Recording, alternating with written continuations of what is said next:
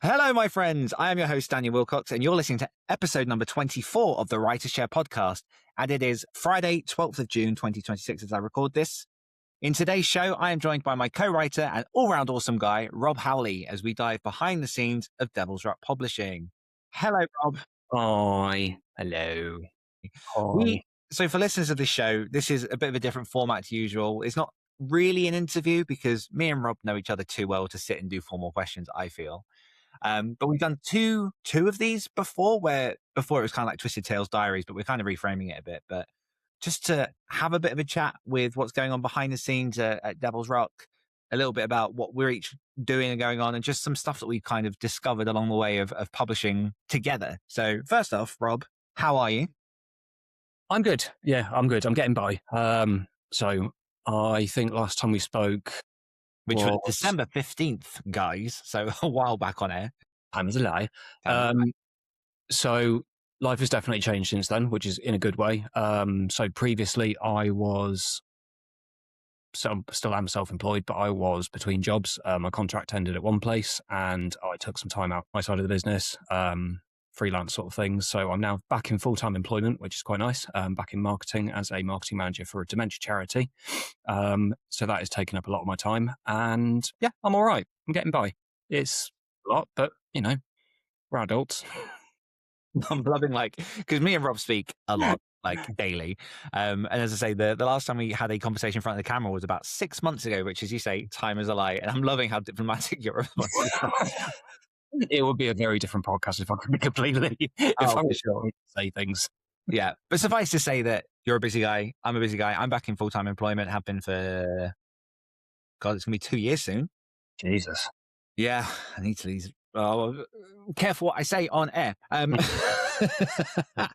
yeah, so we are both in full-time employment. Your role is arguably more demanding than mine is because you are in management. Yes. And yet you are also studying for other stuff, and you are also still working on publishing and the social media side of all the business and things.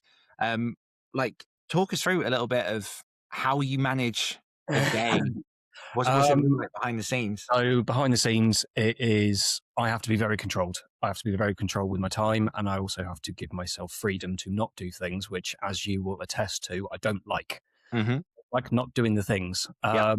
So typically I will wake up between 4 and 5 in the morning. I will get an hour's worth of studying in before I need to start getting ready for work. So I need to leave at 7:15. So for context, I'm currently getting a qualification to be a mortgage advisor, which, as you all know, is something I've wanted to do for a little while, but I'm finding it a lot more in depth than I thought it was going to be. Obviously, there's rules, regulations, but back to your original question, I get an hour's worth of studying in.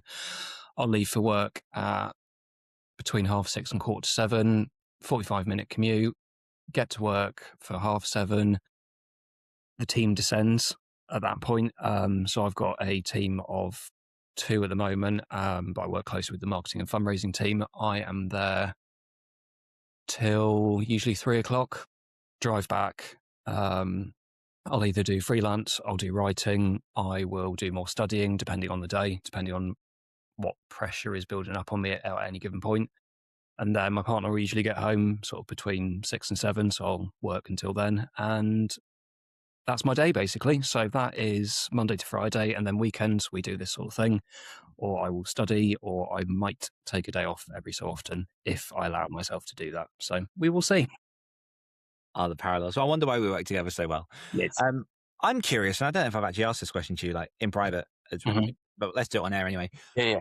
Obviously, you went from working in new build and kind of like the housing game to publishing books and appearing in the Bolts of Fiction anthology with myself, having 17 stories chosen blindly, which we've told that story before. You've published a few of your own books. We've got now 4 books in the Twisted series. Nice. No, we can have this argument again. We have 4 novellas and we have 1 short story in the Twisted Tales universe, which people watching YouTube up on that shelf. So you've kind of gone from what was more, I don't want to say administrative because that's the wrong word, but you kind of segued into a more formal marketing role. And marketing is something that a lot of authors struggle with. And I know that like I have in the past, my background is like digital marketing. Well, my background is marketing and I've fallen into digital marketing. Um, what are some of the things that you've found, or how was your mind mindset developed around marketing now that you've gone from kind of doing your own books into a bit more of a formal role and kind of seeing how it's handled in different businesses? I think where I do the marketing, 80% I would say for Twisted Tales, Devil's Rock, my own stuff, my freelance, all that sort of thing. You are very controlled, but you've also got a lot of freedom when you're doing it for yourself. So you can switch things up, you can change things, you can create your own schedule. It's interesting moving into a more managerial, but also quote unquote normal office life, 9 to 5 hours, because you realize very quickly how much you actually know without the fact that you think you know it. So someone will ask a question about Instagram, Canva, Photoshop, algorithms, advertising, and you just know the answer, where you haven't had a choice before because you have to know the answer, or you have to find out if you're marketing your own books or you're marketing your own series or whatever it is you're doing. You need that information because there's no one else you can rely on unless you are doing what we're doing, whereas I do social media and you do other stuff. So you've got someone else to rely on. Unless you're on your own, then you have to find out. And that knowledge does sink in over time, which you don't realize is happening. You think it's just everyone knows this sort of thing. And this is a conversation we've had in the past. Often. That because we are in this sphere, we are in this bubble of publishing and marketing and being in control of everything, or trying to be in control of everything. You forget that that is not other people's normal. Other people's normal is they go to work, they go home, they have the dinner, they watch the TV, they repeat. And there's not a lot else going on out of that. But we have to know the things, otherwise the things don't happen. And it's just been an adjustment because I have to also let go of control sometimes and trust that other people can do the thing for me if I ask them to. Mm-hmm. Yeah. Yeah. Challenge. Yeah, for sure. I think, it's something to bear in mind for people that are running their own author businesses or thinking of doing it. You mentioned your routine. Mine's kind of similar in how much I work. Like I have gotten to a point where I finish a bit earlier in the day because my partner's quite well, it's not her. I want to spend like the time in the evening with her and try and clock off where I can.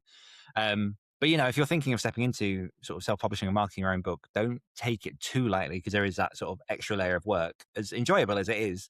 But then, I'm like impressed by the fact that, not surprised, but impressed by the fact that that you've gone on this journey of doing this stuff for the book. And like you say, everything that you learn in marketing a book, like the principles of marketing, are universal enough that you can apply that to working a charity. Or I work in education, advertising, recruitment for like education places.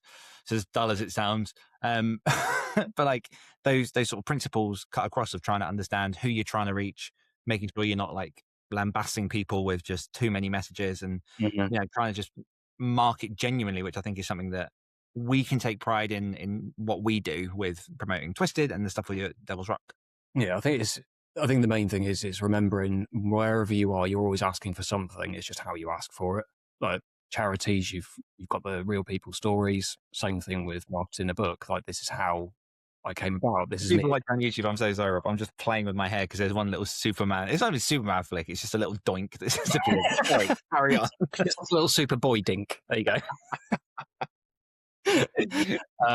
Yeah, you're always asking for something. You're asking people to buy your book. You're asking people to donate money. You're asking people to fundraise. You're asking people to subscribe to your newsletter. You're always asking something. It's just how you ask to do that.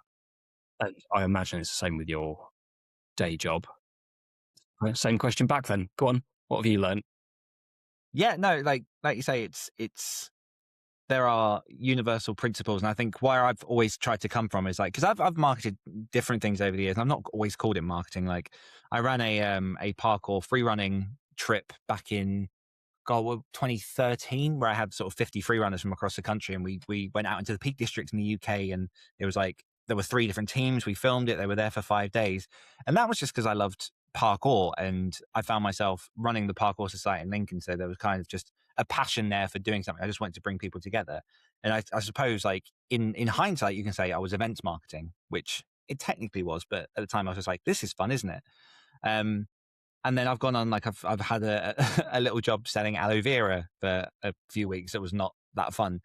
You know, I've worked as a chlamydia screening assistant, standing in high streets, trying to convince people to pee in pots to see if they have chlamydia. Like, all of this, in one way or another, is marketing. And for me, internally, some have been easier than others. So the parkour was easy. That was something I loved. I knew the community. So finding the right people wasn't difficult because I was already in the community. Aloe vera was a hard sell because I didn't believe in it. And it's trying to market something you don't believe in is horrible, and people can tell that. The chlamydia screening stuff was easy because, number one, it was fun, it was different, I got paid well, but also, you know, it was something that was actually providing a service for people, and we saw visible results in helping people sort of get past, you know, chlamydia. Um, not many mentions of chlamydia on writing podcasts, are there? Welcome to our lives. I've not listened to romance podcasts. But yeah, so I think the universals have always been the principles have always been universal. But I find it very, very interesting going into different places where people don't quite see that, or they don't understand that whether you're a writer, whether you're working in, I don't know, finance or housing or whatever, like you say, the thing you're delivering should be providing value to someone, and it should be of a quality that you're happy to push it and sell it. And that's something that's just missed a lot in business. Like, people just look at the money and they're like, you know, yeah. Even in the writing, I'm re-editing at the minute, and this is the first time I've said this properly on this podcast. I'm re-editing the self-publishing blueprint right now to bring it into 2026 because it was last updated in 2021.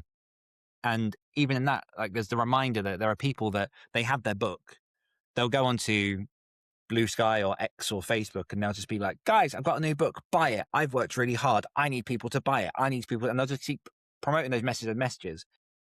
And they're not unsuccessful because they're frequent. Like, you can frequently post and get people interested, but they're unsuccessful because you're coming at it from an angle of like, what do I want from this? Instead of thinking about what does marketing term, what does the end user want? What does the reader want?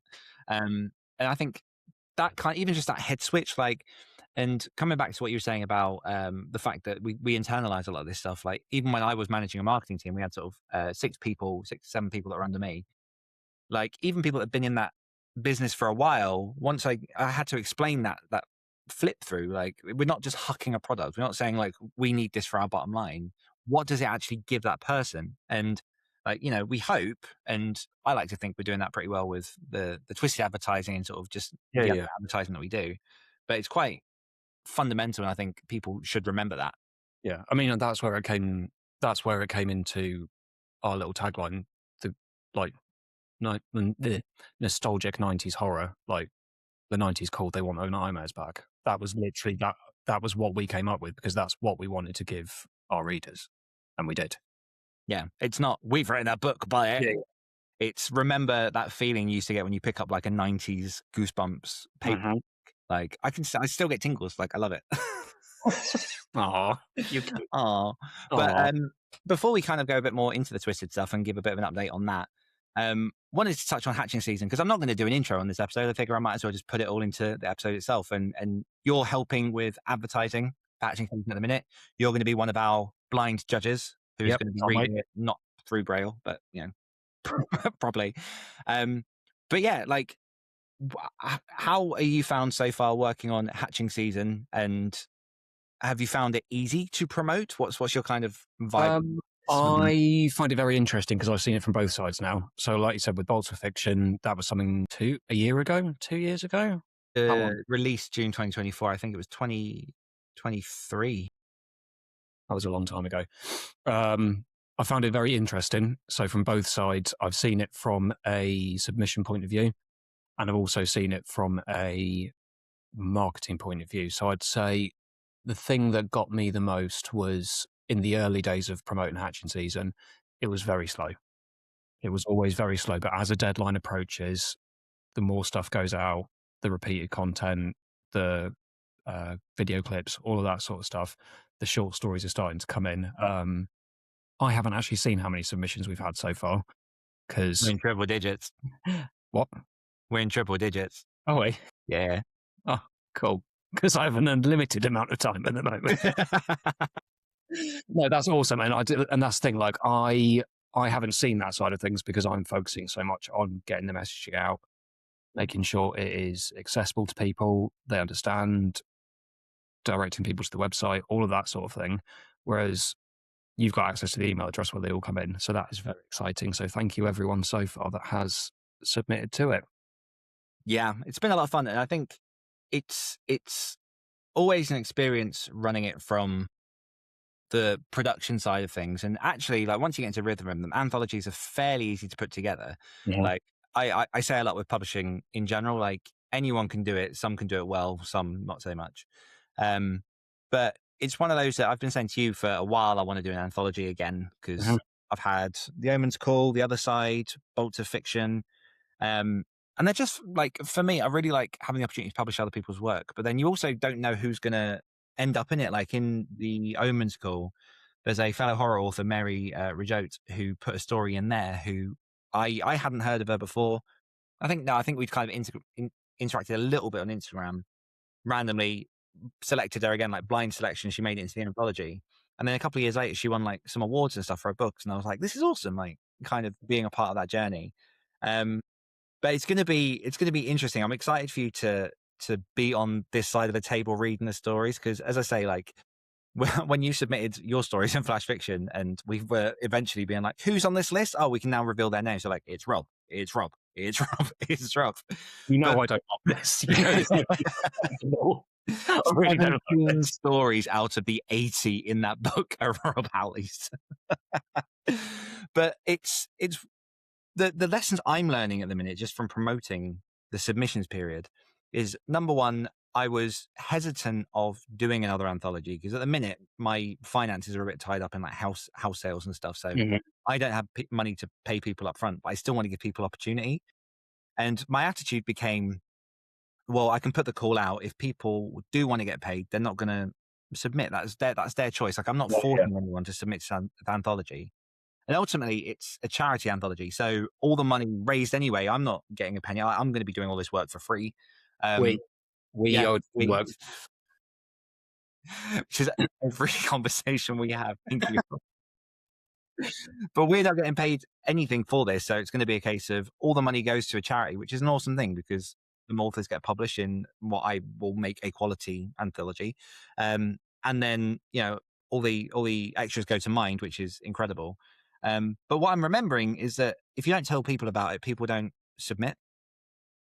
So I'm having to remind myself like every week just to be like, right, half an hour, just blast it because it feels repetitive from my side, but there are still people that haven't seen it and now seeing it.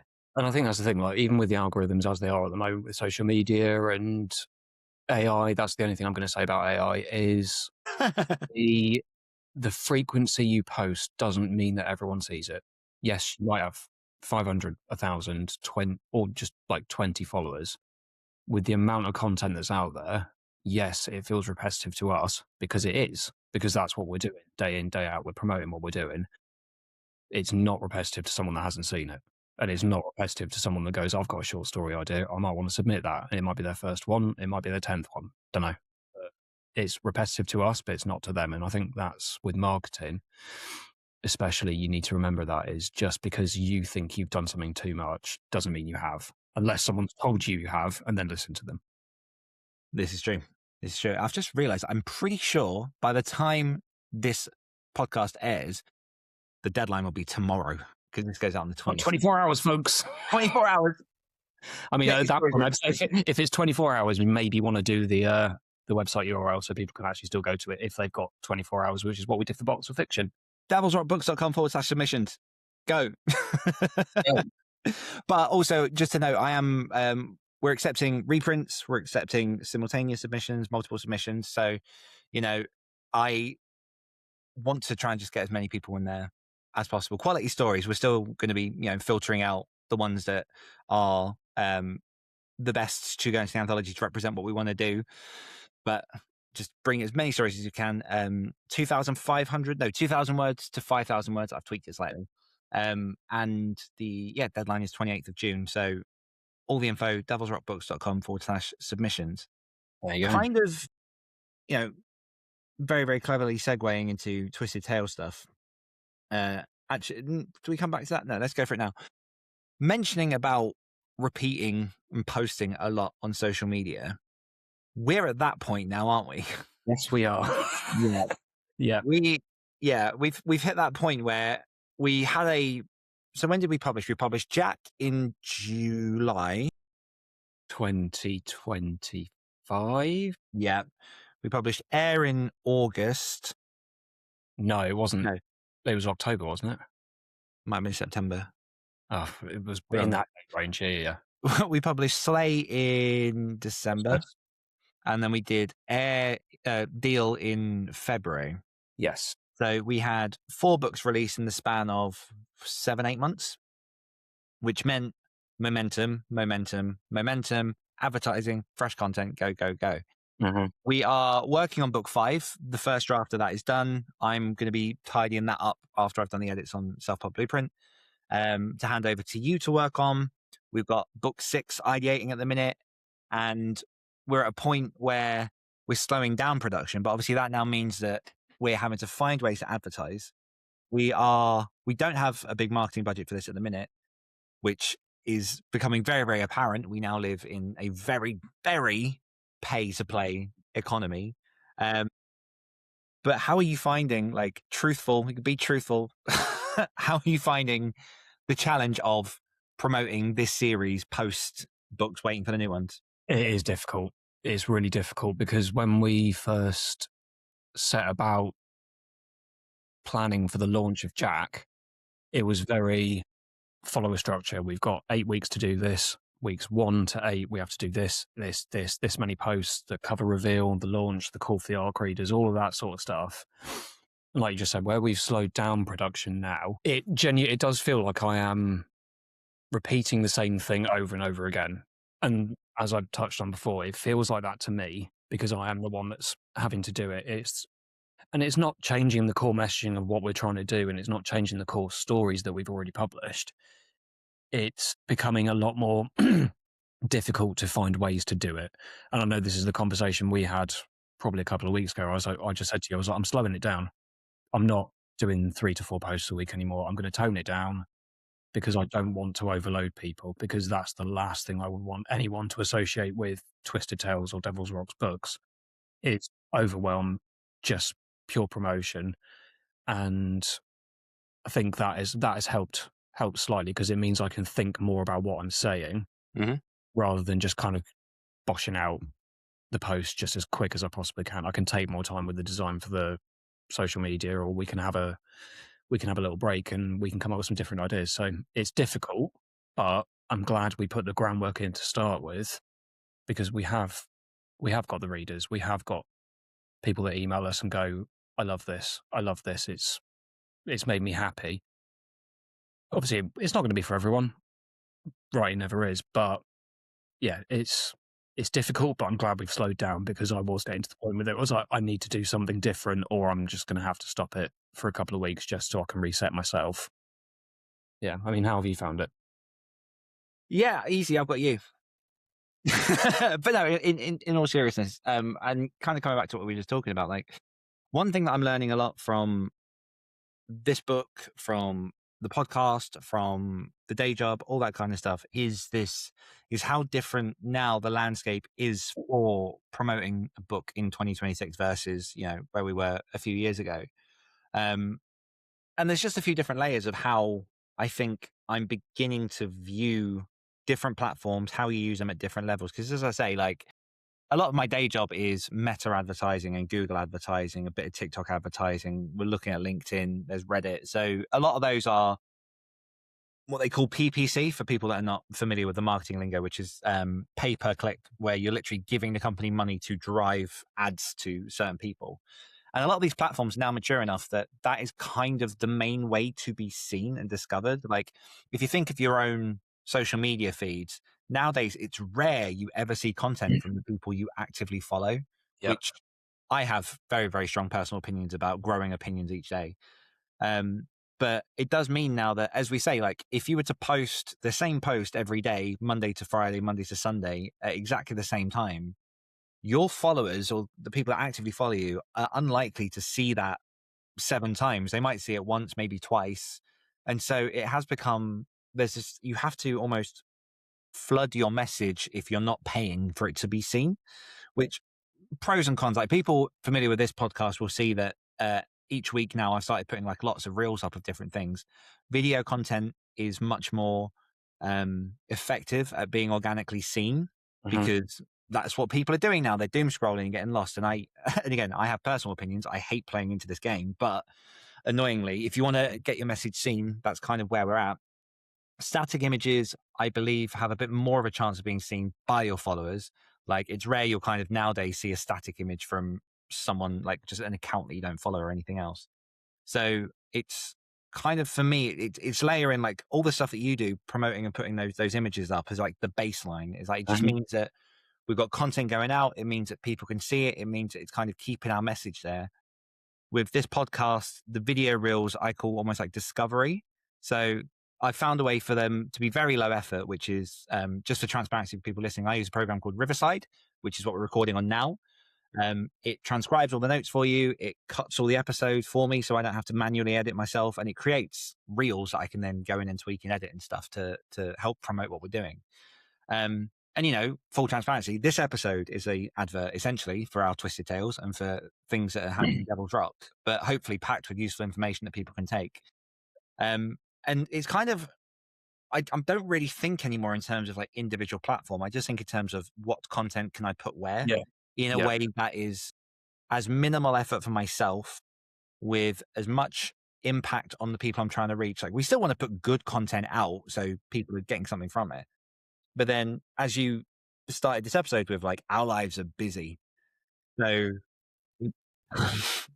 getting to a point where when the books are fresher and you're posting 4 or 5 times a week, you're manually creating these images, you're manually writing all this copy, you're manually scheduling it all. Like that's time, that's effort. Rightfully so, peeling all that back, especially when we're sort of quieter, but keeping things going. Like I've got more stuff that I'll fill you in on after, but like, it's been worked in the background. So yeah, it's just a weird landscape. I mean, I'm going to be interested to see what happens when we get to the point with a bit more expendable income and time to, because we've done some newsletter promos and things that have been very, very interesting. I was experimenting with a few horror newsletter promos that just haven't really paid back their return, and they're big companies. So I'm a little bit like, I want to crack that nut. But again, it's visibility. And the whole point of this series was that we could promote Jack for a while, and then we could promote Air for a while. And, Halloween will be October, Jack time, and Christmas, sleigh time. Like, we've been very specific about the types of stories we're telling. But especially in terms of the digital landscape, it's tough unless you've got money to play in it. Yeah. And that's the thing, like I say small, we're 2 people. We've got, like you said, we've got lives, but we've got a joy and a happiness around what we do. And I think the main thing that we're starting to focus on more for maybe the next 12 to 18 months is in-person events. I like that you got there before I did. Yay. Everything. We are starting to look at more in-person events because it's all well and good engaging with people on social media. And I love messaging people back when they sort of, even if it's just like a little heart, a little comment, a high five, or whatever it is, I love it. What we both want to do is actually see those people in real life. And we've been to enough conferences ourselves. We've been to enough events together. We know how fun it is in the right environment, with the right stock, with the right merchandising, with the right attitude towards it as well. Not just going in with we have to make money. It's, we want to do this because we want to meet people. And it's always about community for me. So, yeah. Well, yeah. And that was kind of a bit of so when we first met up and discussed all this sort of proper, I mean, the journey for these books has been fun because it's been like 2.5 years of when I first brought you on board. And then I think about 14 months ago, we actually had our first proper sit down chat on what this looks like. So in the grand scheme of things, we've done a lot in in the year. But, when we met back then, a lot of the focus was on digital, and it was how do we move this and how do we reach these readers. And I think one of the conclusions we come to is we've created a series which is essentially nostalgic Goosebumps vibes from a generation that loved the paperbacks of Goosebumps, and we've kind of tried to go for that with the modern feel. But then, without even kind of being aware of it, our audience might not necessarily be digital people. They could potentially be more paperback collectors, and I think that's kind of what we've accidentally targeted ourselves towards. And so, like you say, like the idea of going to these events where real horror readers will be really, really excites me. It's something we're still trying to like find what the first one is going to be. We still haven't quite locked down like a venue because we kind of, I think we missed the boat on a lot of the events this year. But that really, really excites me. And also, like, it's not about the money, like you say, it's about meeting the readers, and it's about kind of sharing the stuff that we've been working on, giving people that experience. But if you do look at the money differences, one of the things I've found from going to these cons is like, we're selling an ebook for $3.99, which makes us £1.50, £2, like, if that. But if we sell a paperback at a conference that is £4 to print on demand, no, to print the just in single copy for, and we're selling it for a tenner, like, it's not only, which is what we're selling for online, so we're not like scraping people out of stuff at events, but like, there's just the profit margins are just nicer, and like just the idea of having that experience with the reader to be like, you love this stuff, try this, and if you go to enough events again and again, potentially having them come back and be like, we love this, when's the next one? And being like, read sunk. That kind of stuff excites me. So yeah, I've lost a lot of love with digital marketing. Just, and as I say, this has been I guess my main job for about 4 years, if you include some of the other things I've been working on. Like before that, it was like, I love marketing. Digital marketing is a whole thing of its own, and it's just a pain in the ass. You've got to have a very tolerant mentality when it comes to digital marketing, because I've got to be very careful what I say now. With working with people that all have the same aim, but not necessarily the same experience, the phrase that I hate the most, and I'll say that, can you just? So, can you does not equate to the time that you have to put into a thing. And I think where we're taking the in-person approach a little bit more, we've missed the boat with some of it, but a little bit more slowly, is we're thinking about the branding, the product, the display, our time, but also how we can do it properly. And it's not just go to a conference, and it's not just go to an exhibit. It is Now we got plans. Everything that goes behind that as well. And I think that's where I'm more excited, where you can just put a social media post up. You can just do that. But if you want to do it well, you want to do it properly, and you want to do it for the right reasons, there's no just. That term frustrates me so much. For sure. It minimizes a lot. And the thing is like, I've just written 1,000 words today. Yeah, you have. Well done. You've written 1,000 words that didn't exist before. It's not just. It really gets to me. We're great at doing that as authors. Side note that you'll appreciate, I saw one of those mini roller banner table talkers at the event I went to today. Did you? Yeah. There's a woman that prints them locally, so I might. Is there? Yeah. Really like them. But so a lot of events, people will probably have seen the roller banners, which are the big sort of oblong things that people have behind their table, literally just roll out of this metal tube. They've now started selling these little ones that are like a foot wide?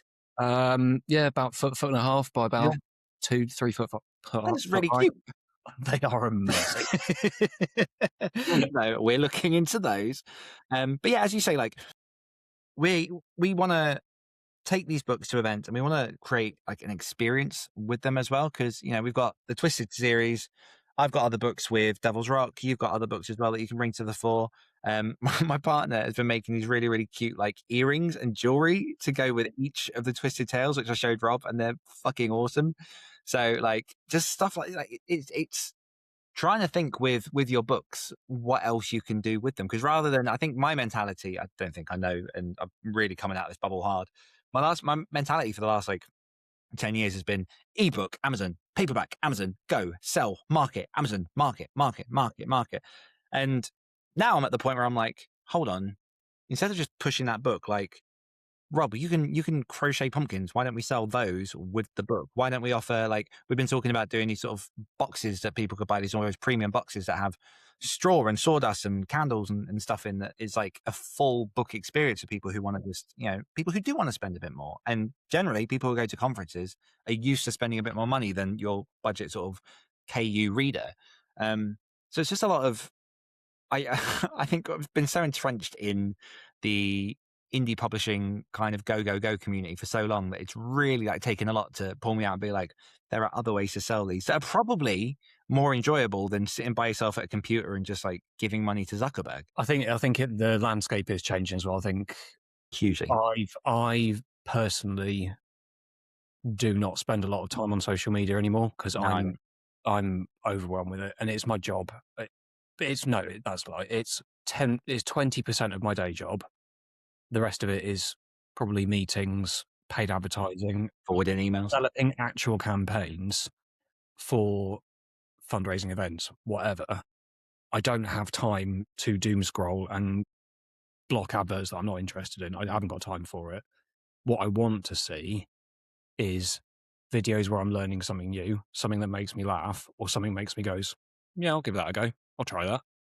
I think that's where we're both at with. I mean, correct me if I'm wrong, but that's where I'm at. Oh, no, for sure. And maybe it's a symptom of our age. Rude. I'm not going to say we're old. I'm just saying, like, a lot of people around our age are doing. We are a bit old for context, listeners. We're literally discussing grey hairs before we came on. We're comparing our grey hairs, so it's fine. And I mean, just to caveat all this, like, not to say you can't find success throwing money at Facebook ads and, kind of riding KU systems and stuff. People do, and they can do well. I've never cracked it, and I've kind of lost interest in wanting to crack it. Where I'm at at the minute is these in-person events. Where I'm at the minute is I am working through my back catalogue of books to make as nice a paperback experience as I can, because I really want to start making sort of premium books, even with, the twisted ones. We could look at like sprayed edges or embosses or something. Like we'll have that conversation when we get to them. But just really making nice books that people can proudly display on their shelves, rather than just like, what's the minimum viable products I can do, and just throwing it out there. And yeah, I do predict, partly because of our conversation, partly just because what I've seen in general, I think because of how much AI and advertising and all that is really, really pushing things right now, I do see a bit of an exodus away from digital things. It will still be there. People will still use it in the millions.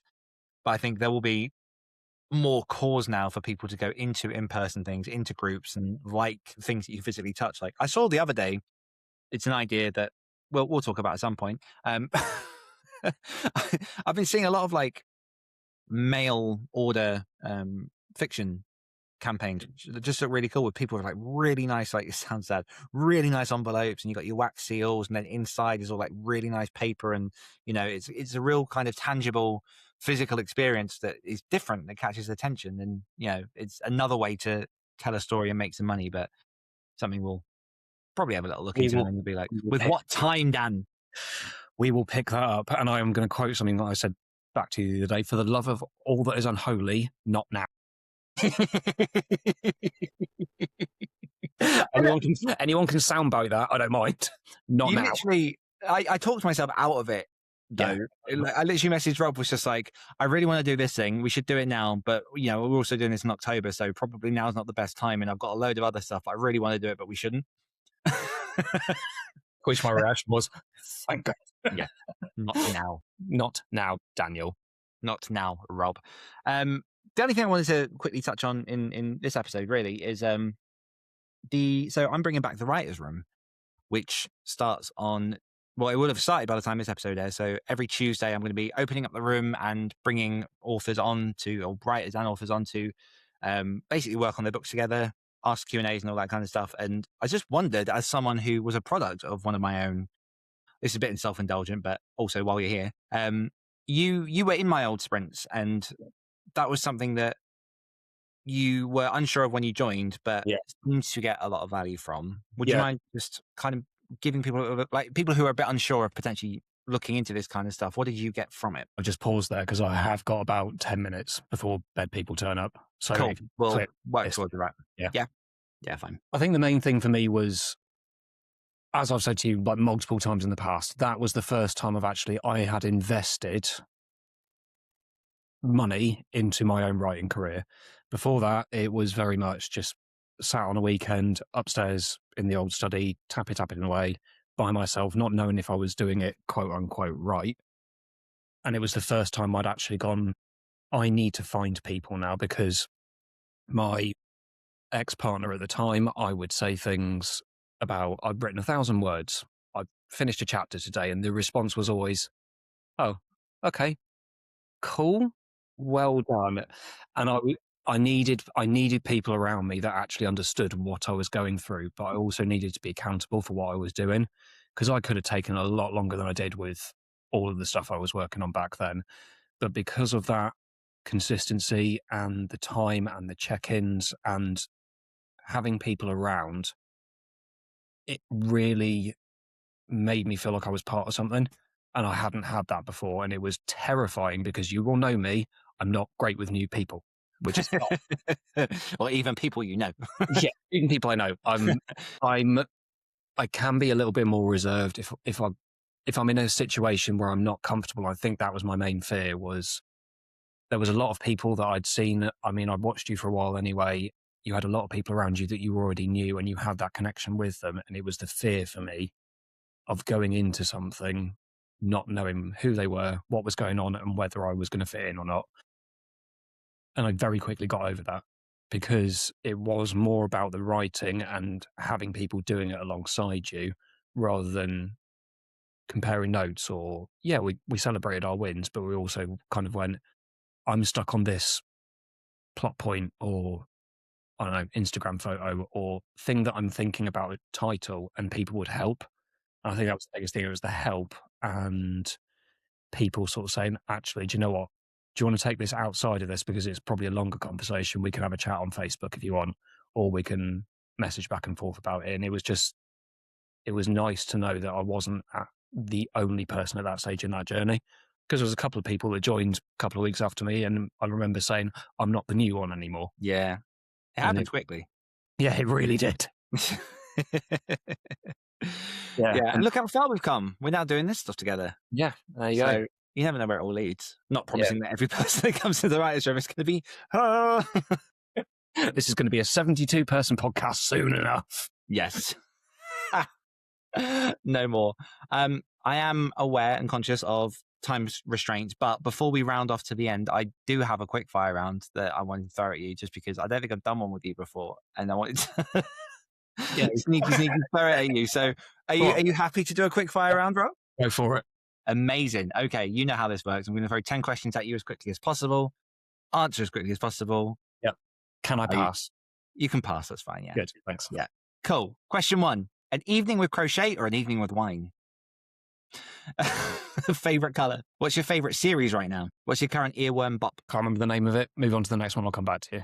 K-pop Demon Hunters or Clarkson's Farm? K-pop. Co-writing or solo writing? Co-writing. Writing or editing? Editing. What's your first reaction when I say, Rob, I have an idea? Don't. Do you have a favorite word? No. Okay. Have you got your earworm bop? Fever Dream, Alex Warren. And what one book would you recommend above all others, including your own? Jack. Yay. And bonus, where can my listeners find out all about yourself and everything you got going on? Instagram and Facebook. Just search for R.P. Howley author. Perfect. And don't forget to check out twistedtalesbooks.com, devilsrockbooks.com, and all the usual places where we pop the links. And that is a wrap. So thank you so much, Rob, for joining us this week on the Writers' Show podcast. Thank you for having me. No worries. And to everyone listening, thank you for being here. If today's conversation sparked something inside you, go and do something with it. That's the whole point. If you want to go deeper, whether that's with your writing, your process, or actually finishing your book, head over to danielwillcocks.com/writers. There's a growing list of resources for you over there. And until next time, write bravely and dream big. Bye, Rob. Bye.